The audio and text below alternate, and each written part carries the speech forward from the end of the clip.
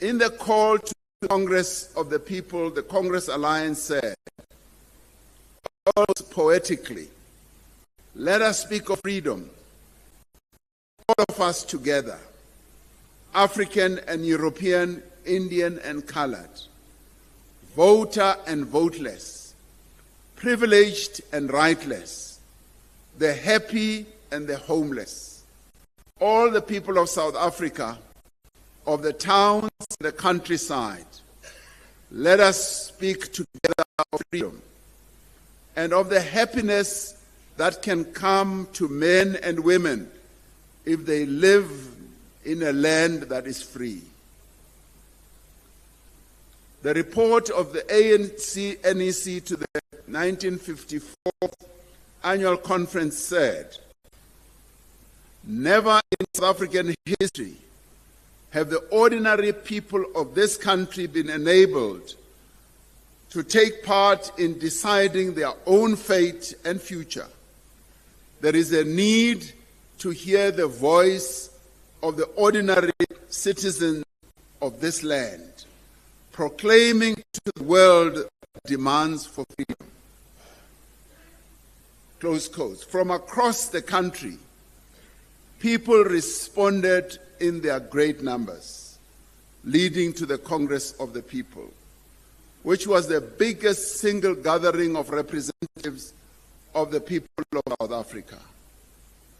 Now, to have the Freedom Charter drafted, the ANC itself sent 50,000 volunteers across the country to collect freedom demands from ordinary people, a massive grassroots democratic exercise. Now, it is recorded that many of the demands were written on pieces of paper, some even on toilet paper, some on cardboard. But the 50,000 volunteers went out to mobilize the people. At that time, the population of South Africa in 1955 was between 14 to 16 million. They had done a census, I think in 1951, and another one was to follow. So the estimates are that the population would have been 14 million. Now, if the 50,000 volunteers had gone out to touch the hand, the soul, the mind of everyone, each one would have had to meet and talk to 280 people. Now, the organizational ability of amassing 50,000 volunteers showed that the ANC of the 50s had broad-based mass support and that it was able to mobilize grassroots structures throughout the country. Even then, the ANC showed that it was an organization that relied heavily on strong participatory structures. And these structures gave the organization widespread reach, ensured democratic participation, facilitated community engagement, and enhanced mobilization and effective feedback as well. Now, we often talk about being able to mobilize thousands of volunteers for election work. Are there any lessons that we as the African National Congress can draw from the manner in which the ANC of the 1950s functioned in? The ANC's success in mobilizing thousands of people stemmed from a combination of its historical legitimacy, the strong local branches that it had, strategic partnerships that it formed with a variety of organizations and a variety of sectors, from religious to sports to culture, you name it. The ANC was able to network with all those unions and what have you.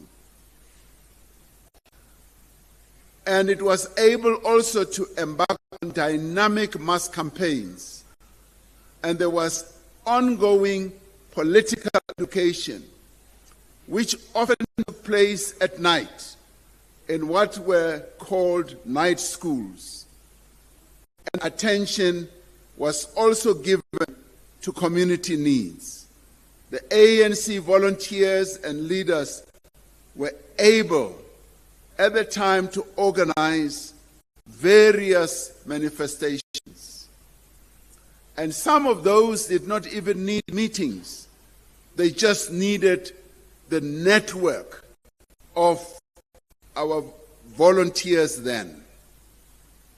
It reminds me, as I digress, to how, for instance, where the national chairperson used to work, a company called Matla, when the national executive of the NUM would have taken a decision for a strike, he would go back, and he used to be a shaft steward.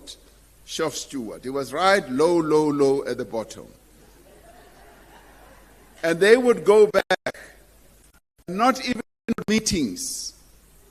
They would use the M plan, through which had been conceptualized by Comrade President Nelson Mandela, through which you just communicate whatever has been decided on a one-to-one basis. Then those then go and communicate to themselves or their groups. And where he used to work, and he reports that they never held a meeting, and the 2,500 workers or so there just next day would be on strike.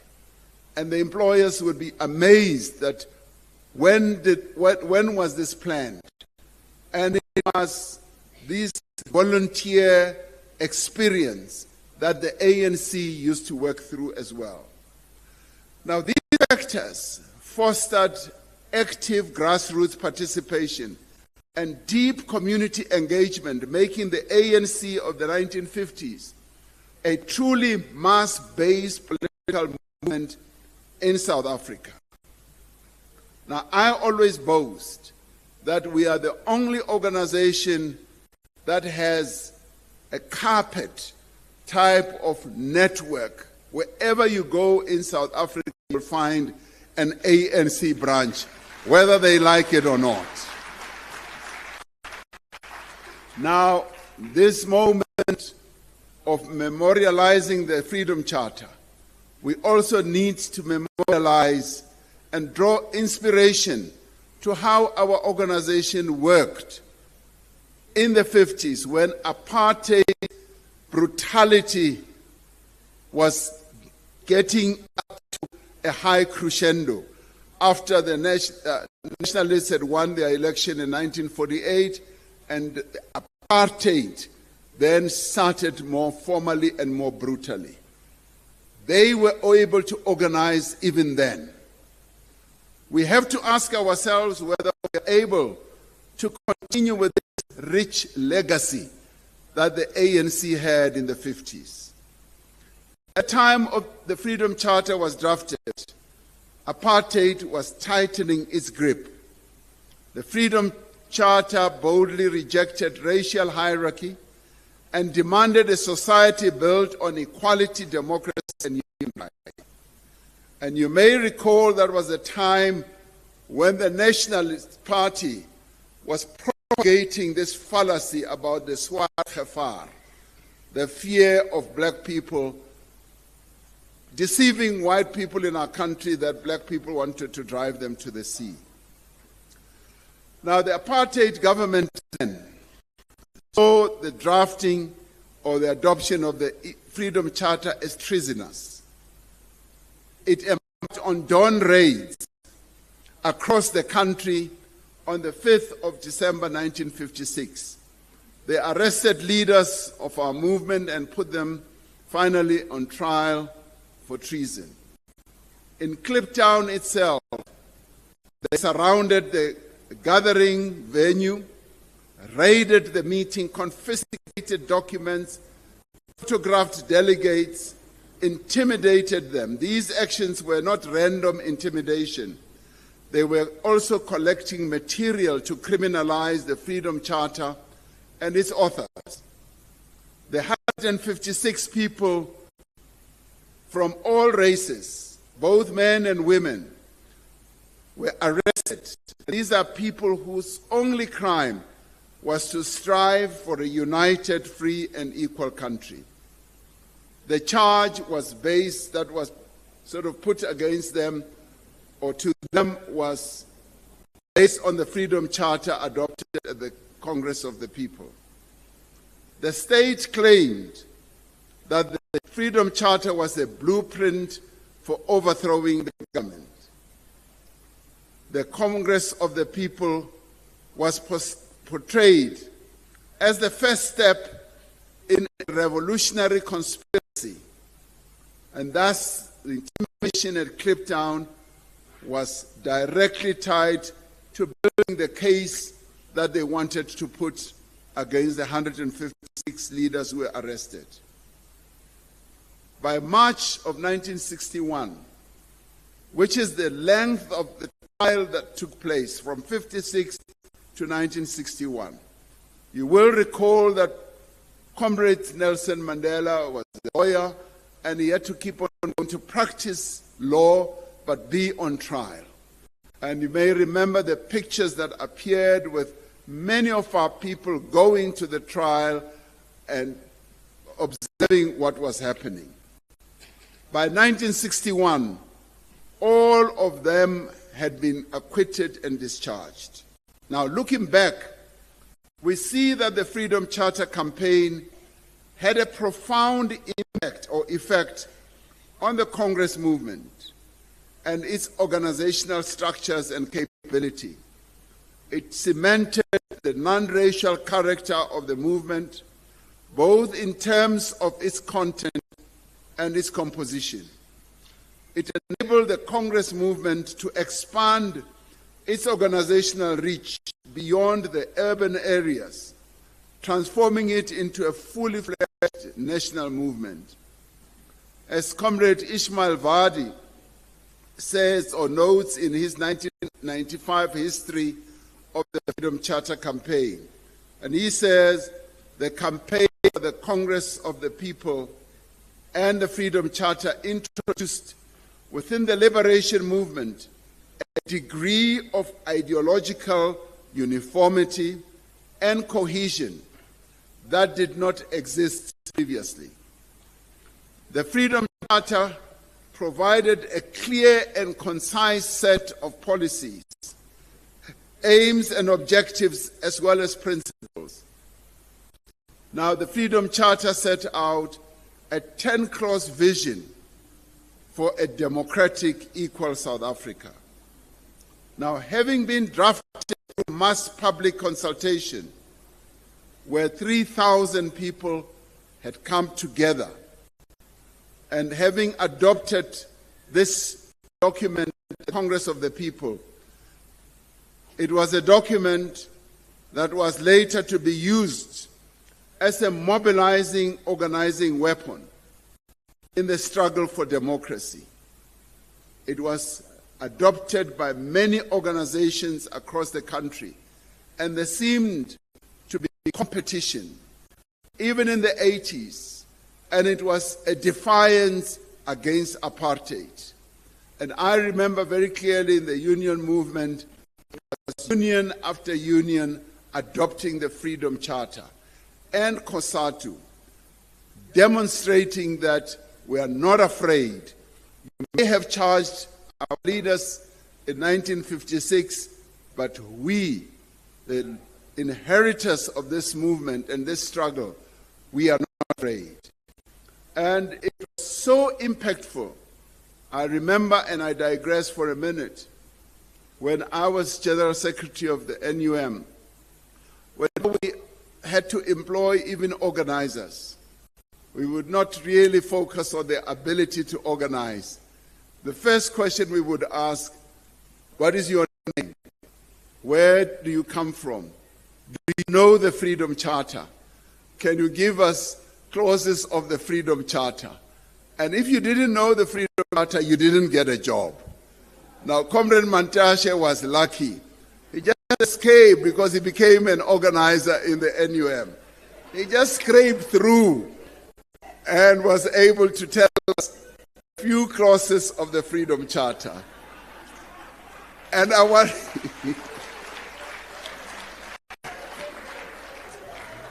and I want, comrades, I may want to do a test one day to see how many of us know the clauses of the Freedom Charter. When you go back to your room tonight, go and check whether you know your Freedom Charter. The Freedom Charter later influenced the values, as I said earlier, embedded in our democratic constitution in 1996. Comrades, that constitution has used the Freedom Charter as its foundation, as it should have. It called for a fundamental restructuring of all aspects of South African society. Among the most profound assertions to come out of the Congress of the People was that South Africa belongs to all who live in it, black and white. That statement was far more than an assertion of the right of residents in this country. It was more of an assertion of a common citizenship. It was a declaration that all South Africans, regardless of race, have a right to an equal share of the country's existence. They must share in the ownership of and access to the means of production.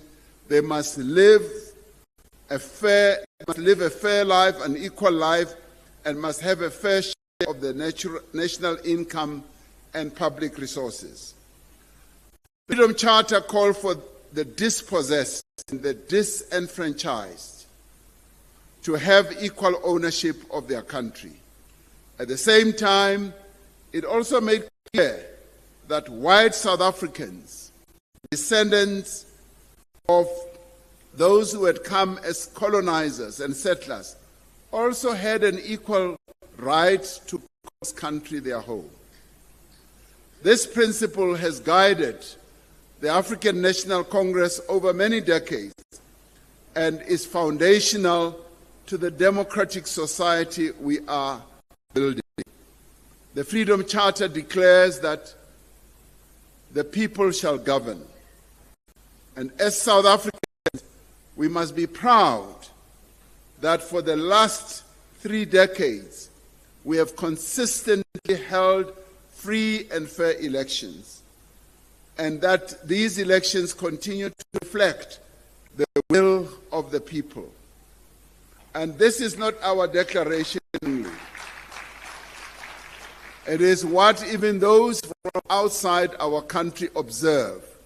When they come to observe our elections, they say our elections have reflected the will of the people.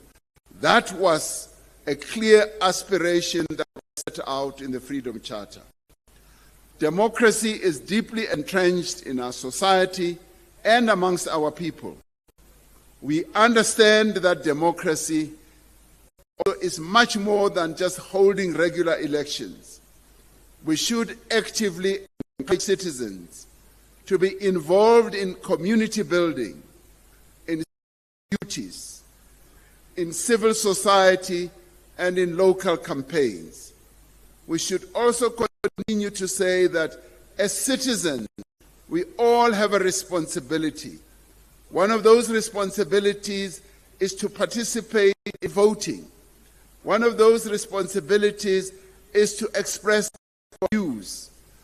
We have set up a parliamentary process or system that even before our laws are passed, there needs to be community engagement where our people will also express themselves, so that it is not only those that have been elected to the National Assembly and to the Council of Provinces who make laws without the people being heard. That is the true substance of our democracy. And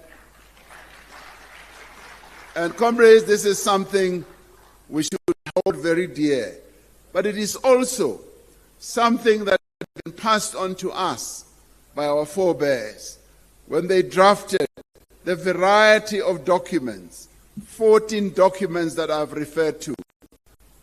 All of them bar none, were drafted on a collective basis through thoroughgoing discussions, engagements, and deliberations.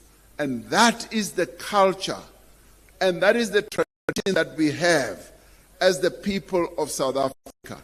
But it is this tradition that is deeply embedded in us as the African National Congress, as the members of the ANC. And this is where we get and draw our responsibility to be leaders of society from. Because over the years, the ANC has played a critical role in many of the documents that have defined the country that we are. Collective action, deliberation, and engagement. So an active citizenry is vital for our democracy to flourish and for our country to succeed. The Freedom Charter envisages a developmental state that plays a leading role in ensuring social and economic opportunities to those previously denied. It envisages a state with sufficient legal authority and means to ensure decent working conditions and to take steps to improve the lives of the poor, the working class, and the marginalized. It envisages local councils where citizens must be consulted about development needs of their communities and actively involved in the implementation of developmental programs. The Freedom Charter says that all national groups shall have equal rights. The task of building a non-racial society remains fundamental to the work of our movement and to broader society. Now, through our policies, through our programs, and our practices, we need to advance non-racialism, ensuring that every South African appreciates their equal and irrevocable right to call this country home. And all South Africans must feel that they have a future here. But more importantly, we must do it as the African National Congress. Our structures, our programs must be representative of the non-racial character that we have embraced, the principles of equality of all national groups. It is vital that the ANC should live this principle. And we also need to build a non-sexist society, as set out in our charter, in which all forms of discrimination, oppression, exploitation, and violence are eradicated. This requires the achievement of full gender equality in all areas of life, from the home to the workplace. This requires the eradication of patriarchy, where men feel that they are better than women. And it also requires that there should be equality even in the economy, also on the sports field. We must be disturbed. We must be disturbed whenever we see structures, programs, activity that is either inspired by our own movement or by the government that is not balanced on a gender basis. It must concern us. And this is so vital. This is so vital because the women of our country constitute the majority section of our population.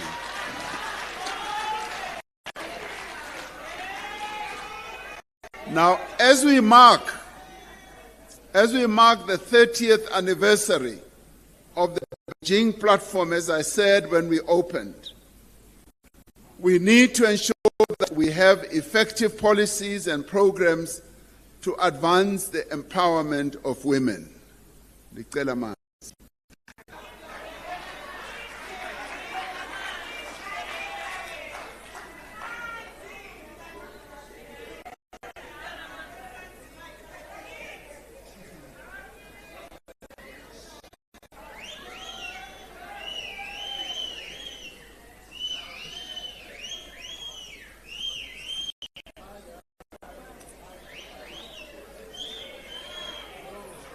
Now, comrades,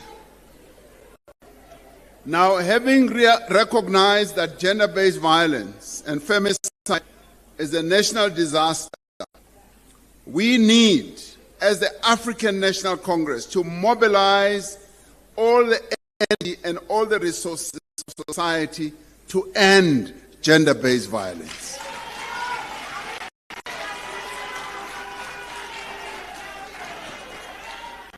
A united and cohesive society requires also that we end exclusion, segregation, as well as marginalization experienced by persons with disabilities. Now, I say this advisedly because the core message of the Freedom Charter is about equality, equal treatment. The Freedom Charter calls on us to live this principle of equality. We need to confront discrimination, prejudice, and violence directed against members of the LGBTIQ+ community. We need to do this to give real effect to the right to equality, not only contained in the Freedom Charter, but in our Constitution as well. The Freedom Charter declares that the people shall share in the country's wealth, and there shall be work and security. As we cement the political gains of the last 3 decades, our focus is firmly on the task of fundamental economic transformation. Now, at this NGC, that is what tomorrow we should also, through that commission that deals with the matter, focus on that. But the issue of fundamental economic transformation should run right across all the 16 commissions that we have. As a movement, we have resolved that rapid inclusive growth is necessary to generate employment and business opportunities, and is essential to advance empowerment and redress of the imbalance of the past. Since 1994, we have enacted laws to advance the transformation of our economy. We've anchored broad-based Black Economic Empowerment Act and the Employment Equity Act. The progress we have made is undeniable. National Chairperson was giving his own mini address here when we started. As he was saying, we need to be alive and aware of the progress that has been made. For the progress that has been made to realize the aspirations that were articulated in the Freedom Charter is quite phenomenal. And those who say the Freedom Charter has not been implemented are lying, because the Freedom Charter is a living document. The Freedom Charter, as our forebears said, we will implement all these aspirations throughout our lives, working and struggling side by side together. And that is what we are doing now.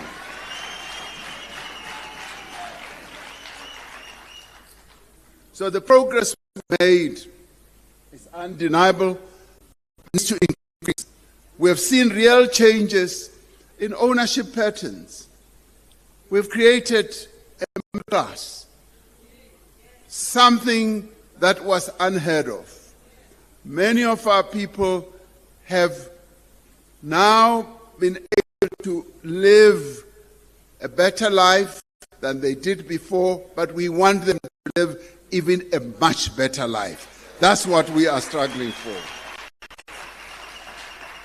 We have seen changes in management, in enterprise development, and in skills development, and despite this progress, the average income of white households is still nearly 5 times higher than that of black African households. This is what the implementation of the Freedom Charter is aimed at achieving. That is why we need to intensify our drive for inclusive growth through infrastructure development, industrial policy, land redistribution, as well, whether they like it or not, economic empowerment. Now, we do not agree with the suggestion that we must make a choice between growth and transformation. Economic growth without transformation entrenches exclusion, and transformation without growth is unsustainable. So the two must go together. Now, to build a country in which there is work and security, as articulated in the Freedom Charter, where all may share in its wealth, we must pursue growth and transformation throughout. Now, when it comes to work, it also talked about a minimum wage in one of its subtexts. And here, having adopted the Freedom Charter, we must say that we are pleased to have an ally like COSATU that organizes paid workers, that felt that there are many other workers who are not remunerated well, and urged us as the African National Congress to take up the struggle for a national minimum wage, as articulated in the Freedom Charter, and we have done that. We now have a national minimum wage. And we must applaud COSATU and say thank you to our ally. We may disagree on some issues, but on this one, we agreed. But as we were campaigning for the national minimum wage, and because we were starting at a low level and did not want to lose many jobs, COSATU leaders kept saying, UDP, I was DP then, they said, UDP about it. We in COSATU will stand behind you. They didn't talk much, but they initiated it. The Freedom Charter says the land shall be shared among those who work it. The struggle to return land, the land of this country, to all the people of South Africa remains a historical and economic imperative. More than a century after its enactment, the Native Land Act continues to define much of the landscape of our country. It is to address this persistent injustice that we are proceeding with the implementation of the Accelerated Land Reform Program to provide land to those who work it and who need it, including young people and women. Now, at government level, we are going to seek to take it to a higher level.